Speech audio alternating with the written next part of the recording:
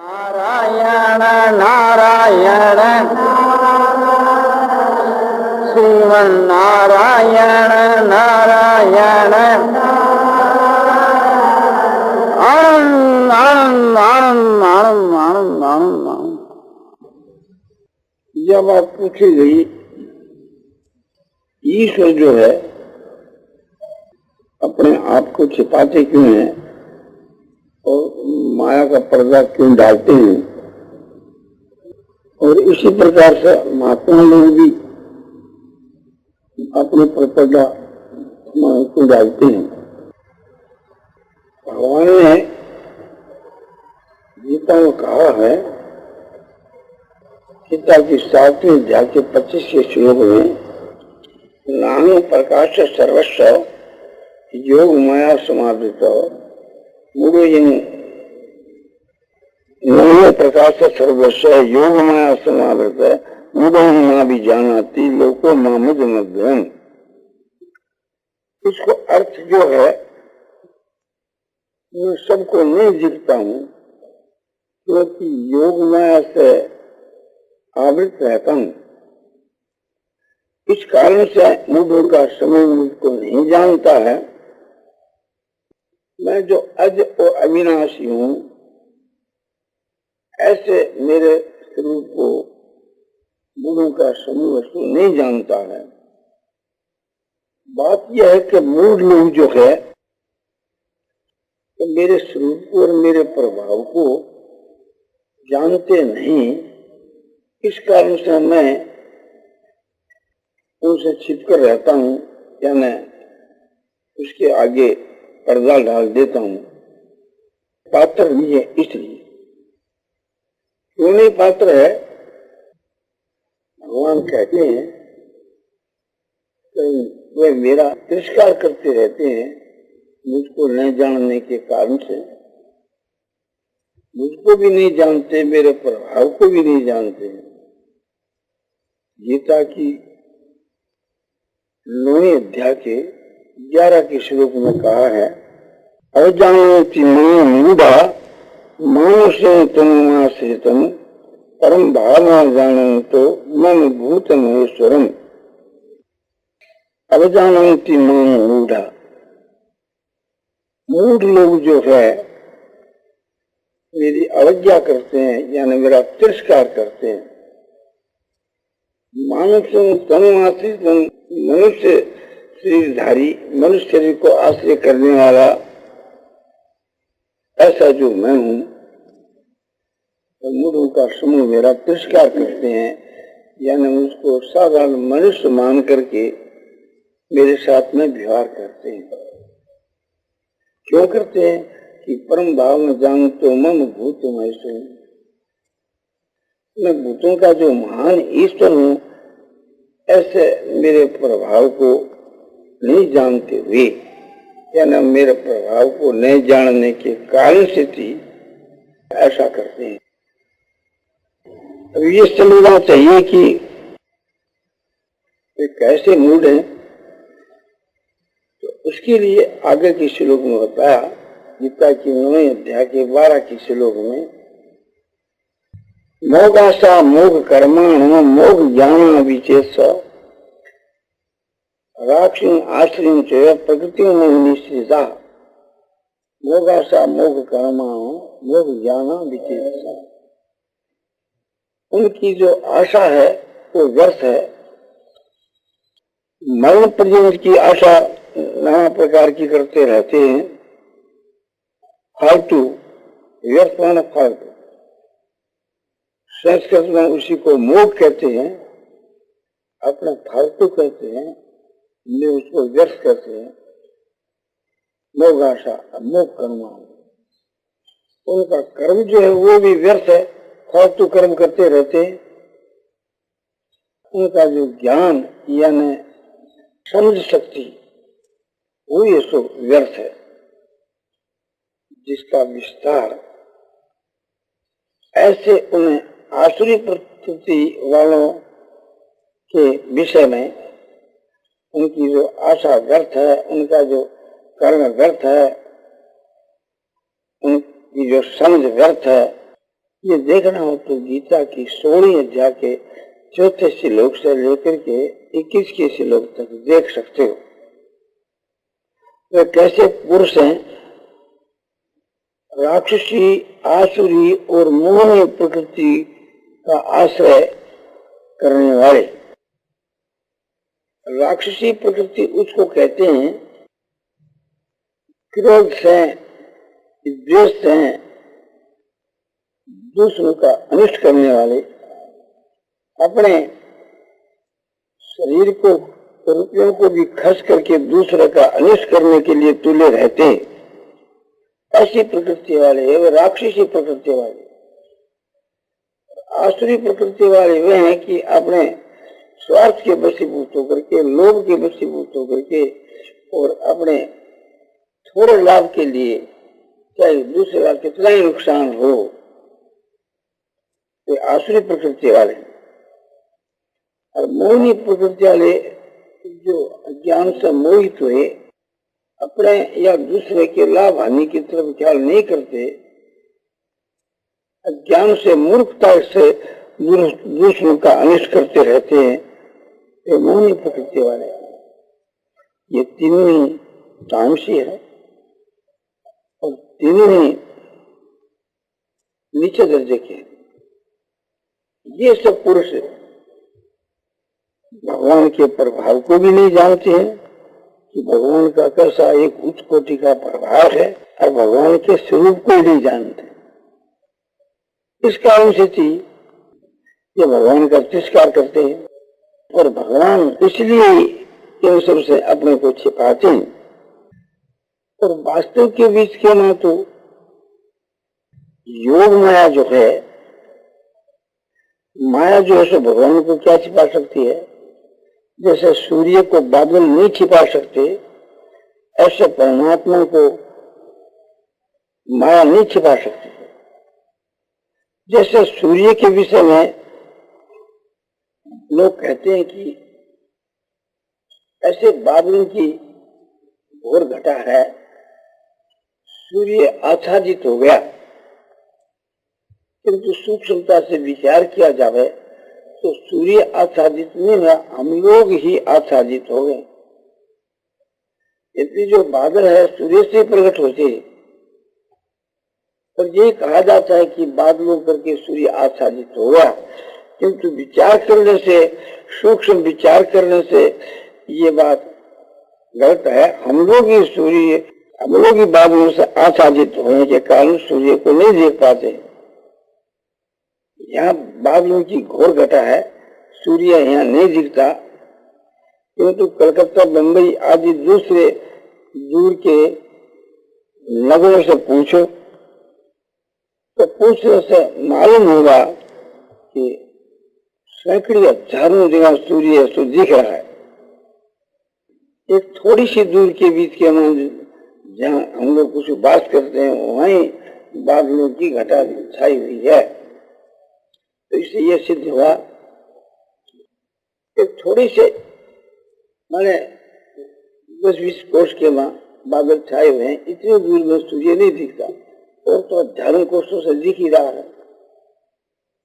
तो बादलों के द्वारा सूर्य नहीं आच्छादित हुआ है, हम लोग ही आच्छादित हुए। इसलिए जो अज्ञानी जो हैं, ये राक्षसी, आसुरी और मोहिनी प्रकृति से आच्छादित हो रहे हैं, इसलिए भगवान को नहीं समझते, उसके प्रभाव को, भगवान के स्वरूप को नहीं समझते।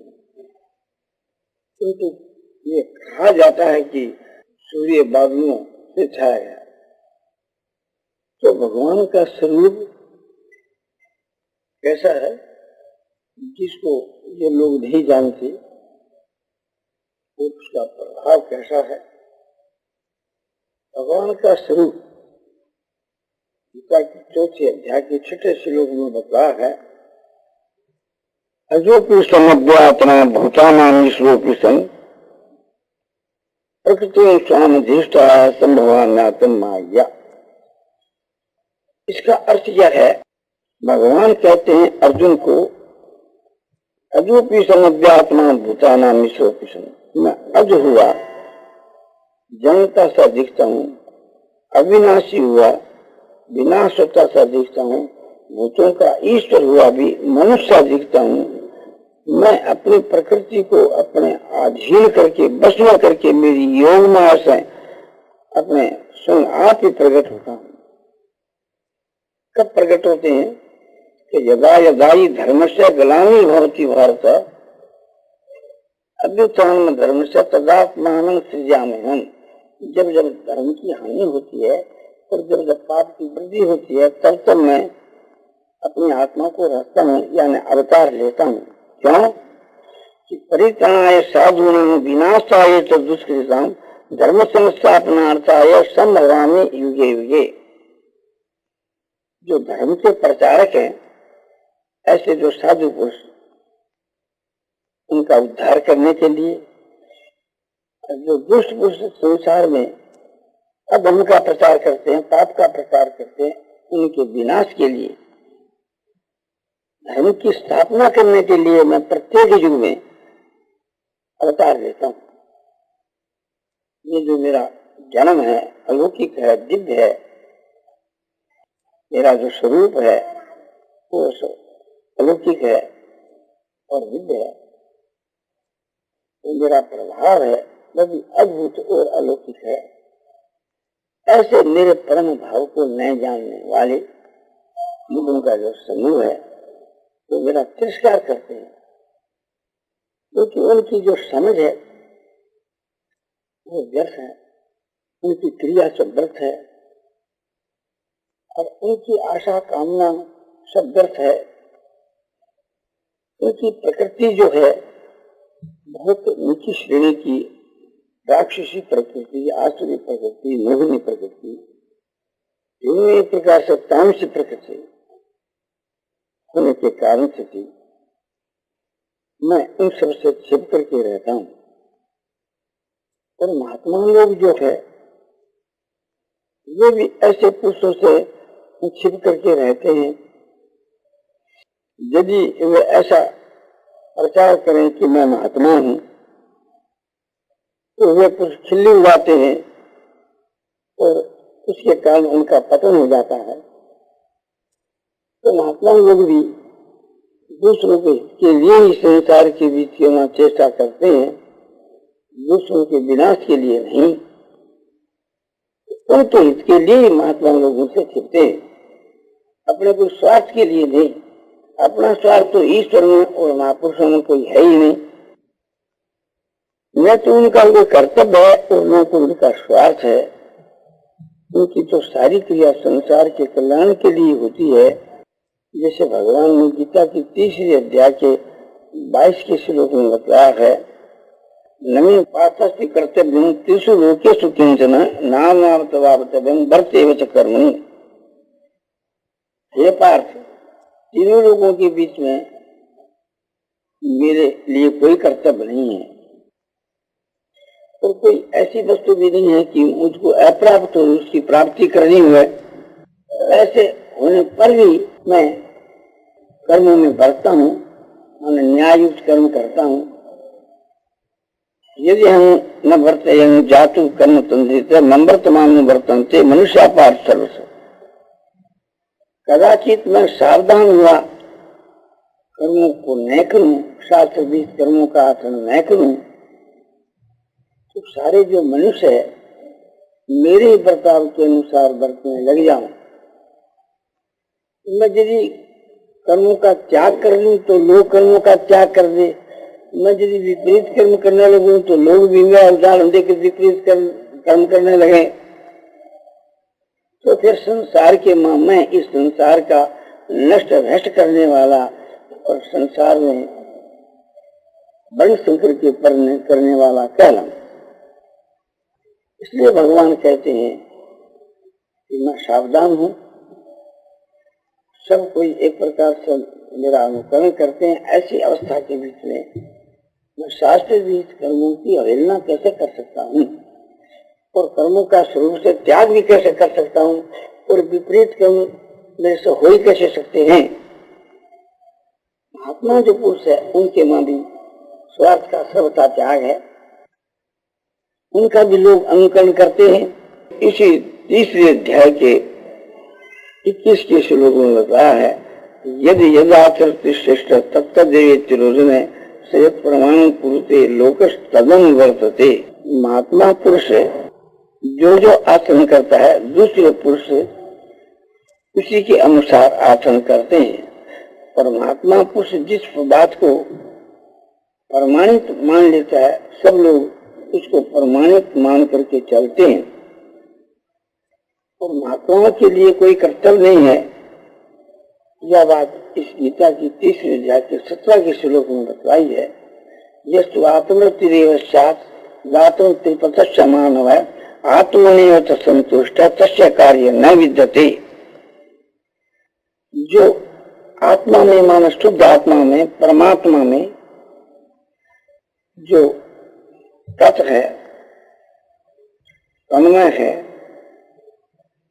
और उसी में प्रवृत्त है और उसी में संतुष्ट है, उसके लिए कोई कर्तव्य नहीं है। फिर गीता की तीसरे अध्याय के 18 के श्लोक में बताया, न युक्त से करते नार्तो न करते नहीं कष्ट न चाचा सर्वभूतेषु कष्टित स्त्रिय। उस महापुरुष के लिए कोई भी कर्म करने के लिए या न करने के लिए प्रयोजन नहीं है। युक्त से करते ना तो न उनको करने करके अर्थ है और न करने करके ही अर्थ है। न चाचा सर्वभूतेषु कष्टित अर्थ है, सारे भूतों में किंचित मात्र भी अपने स्वार्थ का अर्थ का आश्रय नहीं है। महात्मा जो पुरुष है उस परमात्मा में हर वक्त मस्त है, वहाँ कोई बात की कमी नहीं है और उसको कोई कर्तव्य भी नहीं है।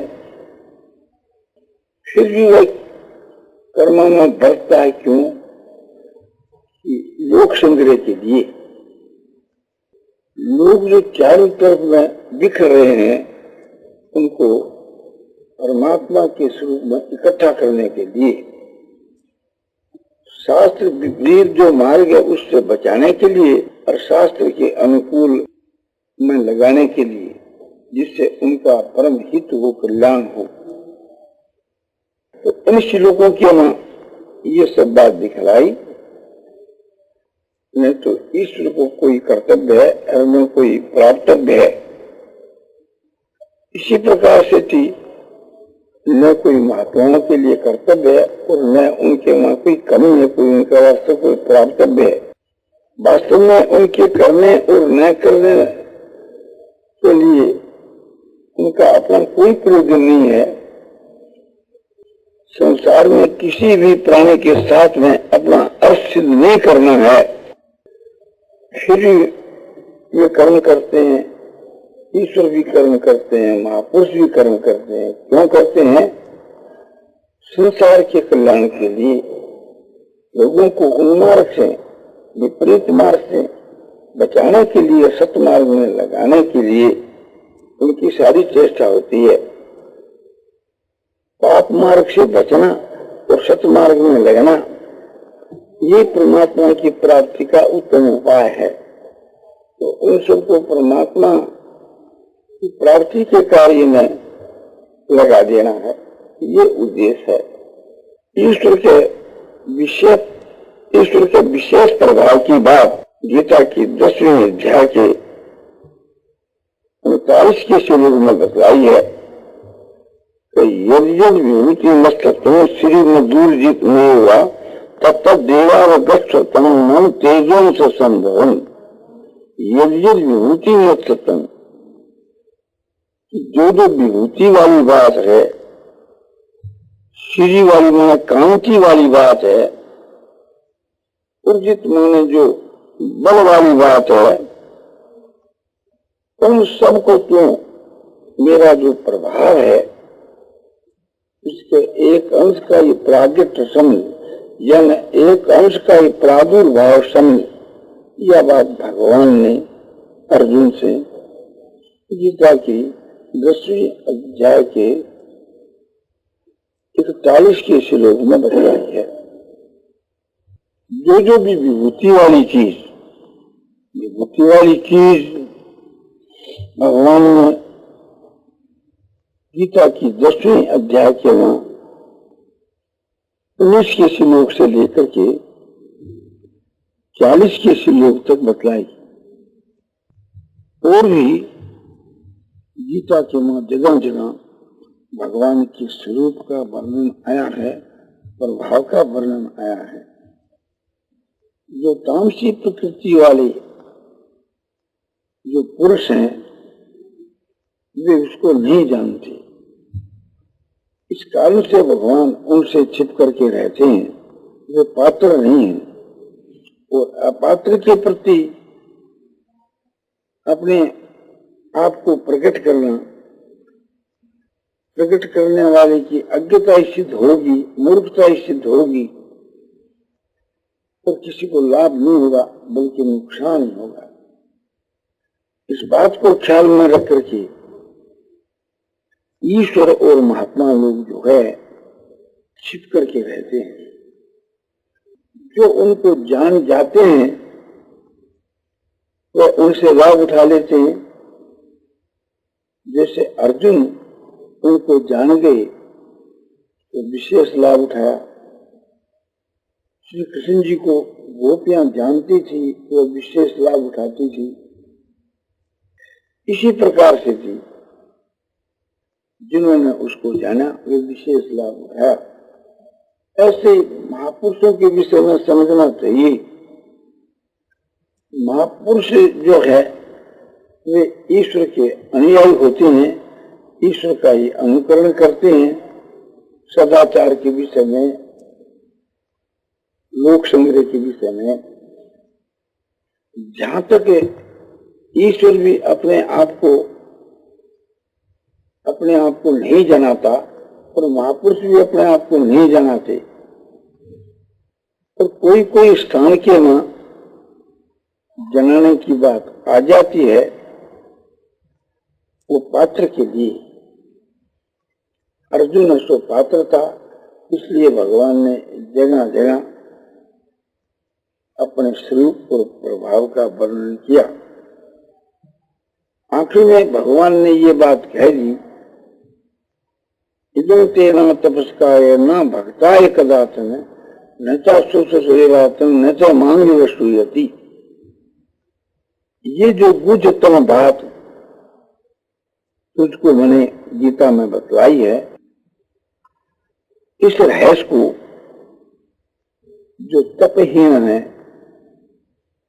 जिनके इंद्रियां और मन वश में नहीं है, ऐसे पुरुष को नहीं कहना।